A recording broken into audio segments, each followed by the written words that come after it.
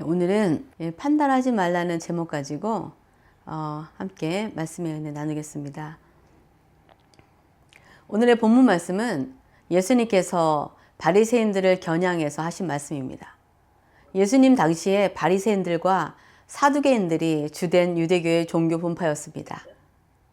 지금으로 말하면 장로교나 순복음파 같은 그런 식입니다.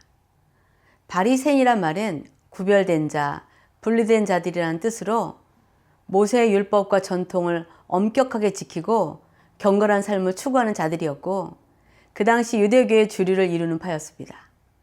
근데 그들은 지나친 형식을 지키는 데 주력한 나머지 그 율법이 가지고 있는 진정한 의미를 잊어버리고 율법을 제대로 지키지 않는 자들을 아주 호되게 정죄했기 때문에 예수님은 그들을 외식하는 자라고 강하게 질책하셨습니다.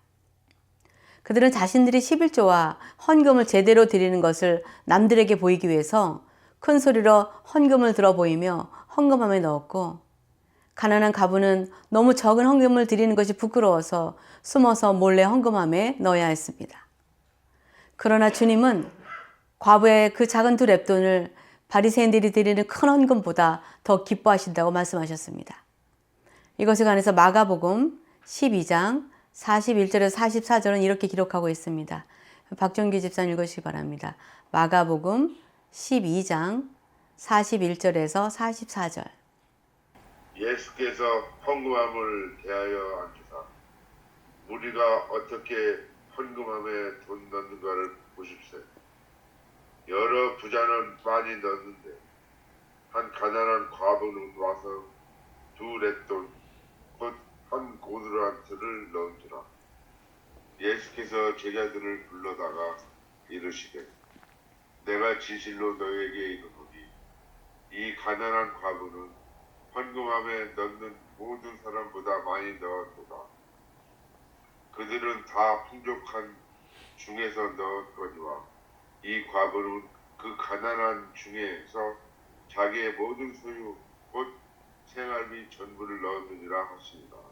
네, 결국 형식적으로 남에게 보이는 헌금의 액수가 아니라 하나님께 드리는 헌금에 담은 우리의 마음과 정성과 진심이 중요함을 보신다는 것입니다.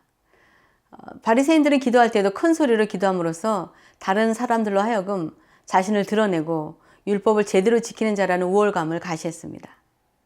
그러자 예수님은 기도할 때 남에게 보이기 위해 기도하지 말고 골방에 들어가 은밀한 중에 기도하라고 마태복음 6장 5절에서 6절에 말씀하셨습니다. 이화정 원사님, 마태복음 6장 5절에서 6절 읽으시기 바랍니다. 또 너희는 기도할 때에 인식하는 자와 같이 하지 말라. 그들은 사람에게 보이려고 회당과 큰 거리에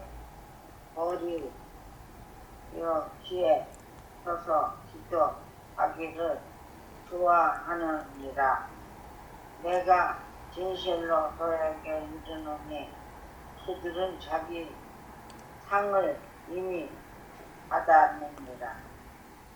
너는 기도할 때에 네 골방에 들어가 문을 닫고 은밀한 중에 계신 아버지께 기도하라. 은밀한 중에 보시는 내 아버지께서 갚으시리라. 네, 이처럼 주님은 남들에게 보이기 위한 기도가 아니라 남들이 보지 않는 곳에서 간절하고 진심으로 하는 기도를 들으시고 갚으신다고 말씀하신 것입니다. 이렇게 율법과 유대 전통을 중요하게 여기는 바리새인들은 다른 사람들이 조금이라도 율법을 제대로 지키지 않는다고 생각되면 날카롭게 비판하며 정죄했기 때문에 예수님은 그들을 향해서 오늘의 본문 말씀 마태복음 7장 1절에서 2절에 이렇게 말씀하셨습니다. 비판을 받지 아니하려거든 비판하지 말라.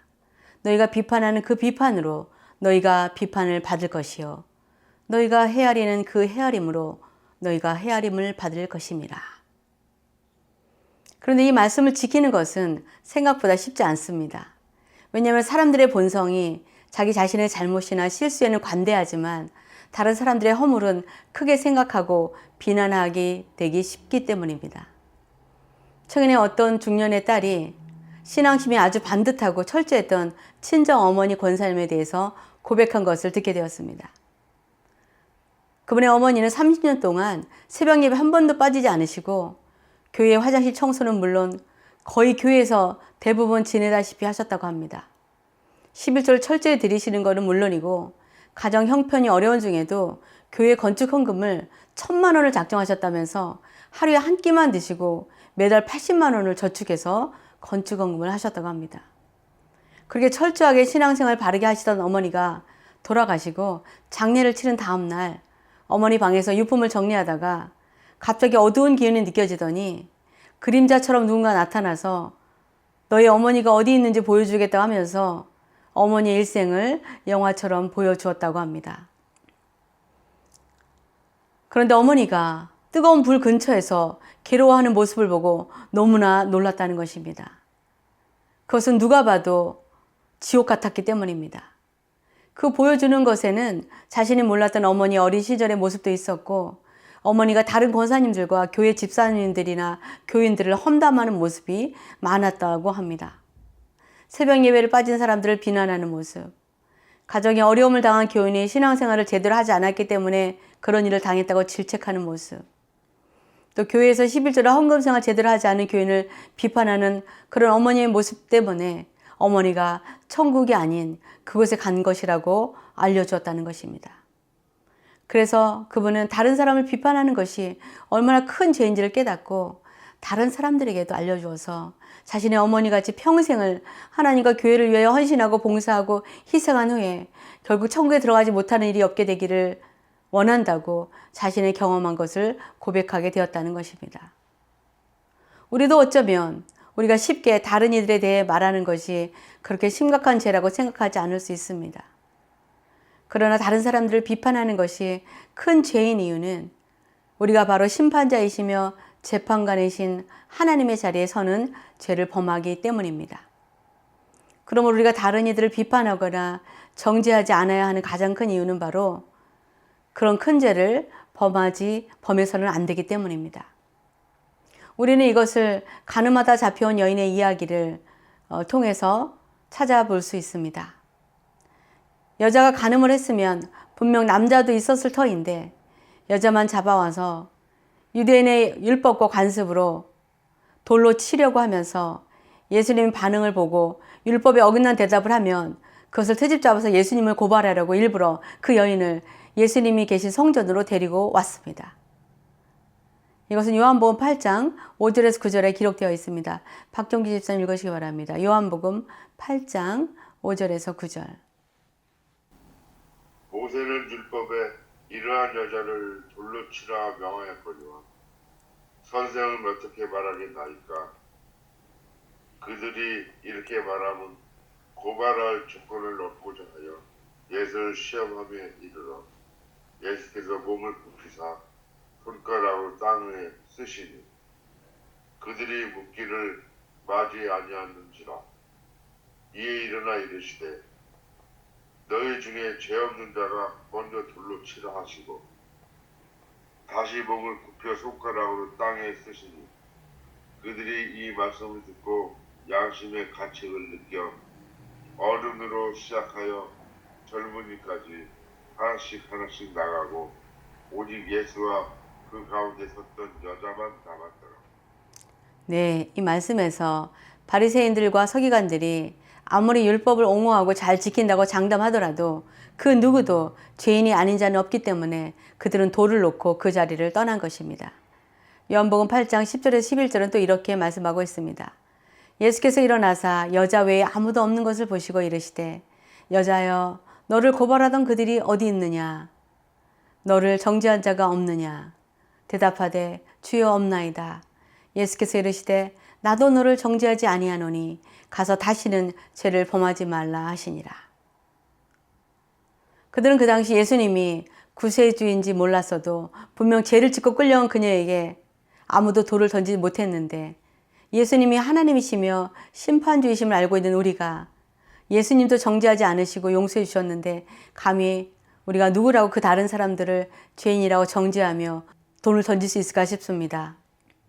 우리가 다른 이들을 함부로 정죄해서는 안 되는 또 다른 이유 중 하나는 우리 자신도 부족하고 연약해서 실수하고 넘어지는 죄인이기 때문입니다.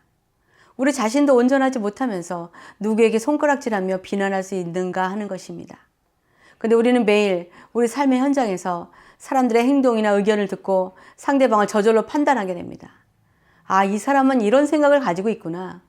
이 사람은 정직하지 않구나. 이 사람은 사람을 무시하는 태도를 가지고 있구나.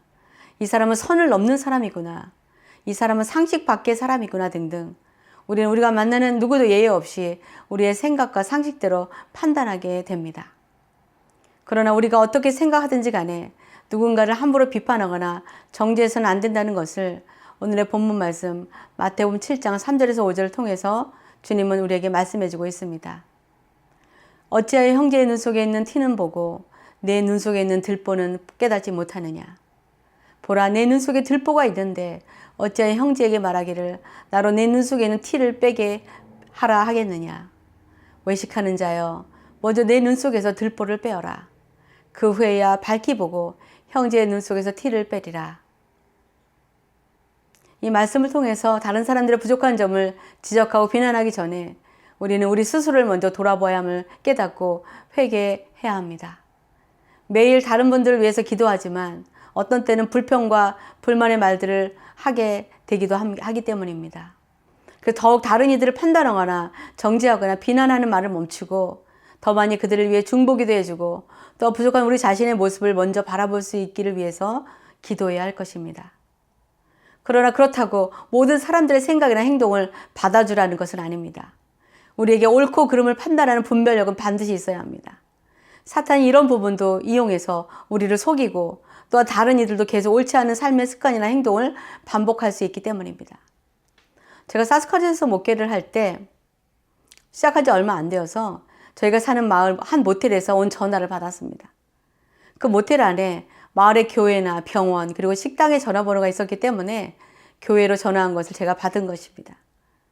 그때 하는 원주민이 갑자기 자기가 다리를 다쳐서 운전할 수 없으니까 차를 태워서 자신을 다음 큰 도시까지 데려다 주든가 돈을 주든가 하라고 요구했습니다. 그래서 저는 당연히 차에 태워서 데려다 줘야 할 것 같아서 그 모텔에 저희 교회 성도가 일하고 있어 그 모텔에 전화를 걸어서 다리 다친 분이 혹시 로비에 앉아 있느냐고 물었습니다. 그러자 저희 성도가 하는 말이 그런 사람 없는데 전혀 들은 바가 없다고 얘기해 주었습니다. 그래서 그것이 결국 사실이 아니라는 것을 알게 되었습니다. 그리고 그 일 말고도 교회에 전화를 걸어서 여비가 떨어졌으니 돈을 달라 하는 일들이 종종 있다는 것을 알게 되었습니다. 그래서 하나님 어떻게 해야 합니까? 라고 기도하는 중에 하나님께서 지혜를 주셨습니다. 교회는 자신들의 어려움을 모른 척하지 않으리라는 것을 알고 도움을 청했는데 그들이 습관적으로 거짓말을 한다는 것을 알기에 그렇게 그들의 거짓말에 휘둘릴 수는 없었습니다. 그리고 한명하게 그렇게 해주면 또 여러 친구들에게 말을 전해서 어디에 가서 어느 교회에 가면 돈을 준다라는 소문을 내기 때문에 도와주는 것도 조심스러웠습니다. 그래서 그 다음부터는 먹을 것을 살 수 있고 자동차에 연료도 넣을 수 있는 슈퍼마켓 카드를 여러 개 준비해서 도움을 요청하는 원주민들에게 한 개씩만 주면서 자신들의 필요한 용도대로 사용하라고 주었습니다. 그러자 모든 문제들이 해결이 되었습니다. 더 이상 교회나 다른 이들의 호의를 남용하는 일은 없어졌습니다. 우리가 사람을 함부로 판단하거나 비난해서는 안 되지만 그렇다고 다른 이들의 옳지 않은 일이 알면서도 속거나 연루되어서는 안 됩니다. 그래서 주님은 오늘의 본문 말씀 6절에 이렇게 말씀하신 것을 보게 됩니다. 거룩한 것을 개에게 주지 말며 너희 진주를 돼지 앞에 던지지 말라. 그들이 그것을 발로 밟고 돌이켜 너희를 찢어 상하게 할까 염려하라. 이 말씀은 복음을 들어도 거부하면서 오히려 그것을 빌미로 복음을 전하는 이들에게 올무에 걸리게 해서 넘어뜨리려는 이들을 분별해서 함부로 귀한 진주 같은 복음을 그것의 가치를 알지 못하는 이들에게 주지 말라고 말씀하신 것입니다. 왜냐하면 그들이 복음의 진리를 훼손하고 파괴하고 무용지물로 만들 뿐만 아니라 또 그걸 전하는 사람을 해치게 되기 때문입니다. 그래서 아무에게나 귀한 것을 주지 말라고 경고하신 것입니다. 그래서 우리도 주의가 필요합니다. 무엇이 해야 할 말이며 하지 말아야 하는지, 그리고 비난이나 비판이 아니라 하나님께 기도하며 지혜를 구할 때 하나님께서 가장 선한 길로 인도해 주실 것입니다. 그래서 주님은 마태복음 10장 16절에 뱀처럼 지혜롭고 비둘기처럼 순결하라고 말씀하셨습니다. 이 말씀은 주님께서 제자들을 둘씩 짝을 지어서 세상에 복음을 전하라고 보내실 때 하신 말씀입니다. 험한 세상에서 지혜롭고 민첩하게 행동함으로 복음을 거부하는 이들이나 복음 전하는 자에게 위해를 끼치는 자들을 분별해서 전하고 세속에 물들지 말고 어디를 가든지 복음의 본질에 대해서 순수함과 거룩함을 지키라고 하신 말씀입니다. 말씀을 맺겠습니다. 우리는 세상을 살아가면서 날마다 누군가를 만나고 활동하면서 사람들의 행동과 말에 대해서 생각하고 판단하게 됩니다. 그리고 누군가 우리의 생각과 상식에 너무나 동떨어져 있을 때 비난하기 쉽습니다. 그런 오늘 말씀을 통해서 우리가 누군가를 정지하고 판단하는 것은 하나님의 자리에 앉아 있는 것이 되기 때문에 큰 죄를 범하게 됩니다. 그래서 우리는 비판해서는 안 됩니다. 그리고 우리 자신도 부족하고 연약해서 죄에 자주 넘어지는 자들이기 때문에 누구도 함부로 정죄해서는 또한 안 되는 것입니다. 그러나 그렇다고 해서 아무나 다 받아들여서는 또한 안 될 것입니다. 상처를 받고, 왜냐하면 분별 없이 다른 사람들의 행동을 용인하다가는 상처를 받고 속임을 당하고 또 그들도 계속 죄를 범하게 만들기 때문에 우리는 분별력이 필요합니다. 오늘의 말씀처럼 우리는 늘 기도함으로 주님이 주시는 지혜로 분별해서 행동해야 하고, 또 우리의 모든 동기는 하나님과 복음을 향한 순결함과 거룩함임을 잊지 말아야 할 것입니다. 저는 저와 여러분이 오늘의 말씀을 통해서 이제부터라도 누군가를 함부로 정죄하거나 판단하는 죄를 범하지 않고 늘 중보 기도해 주면서 주님이 주시는 분별력을 가지고 우리로 하여금 하나님의 자리에서 다른 이들을 정죄하고 판단하는 그 판단하게 하는 그 어떤 사탄의 유혹에도 넉넉히 승리하게 되시기를 주님의 이름으로 축원합니다.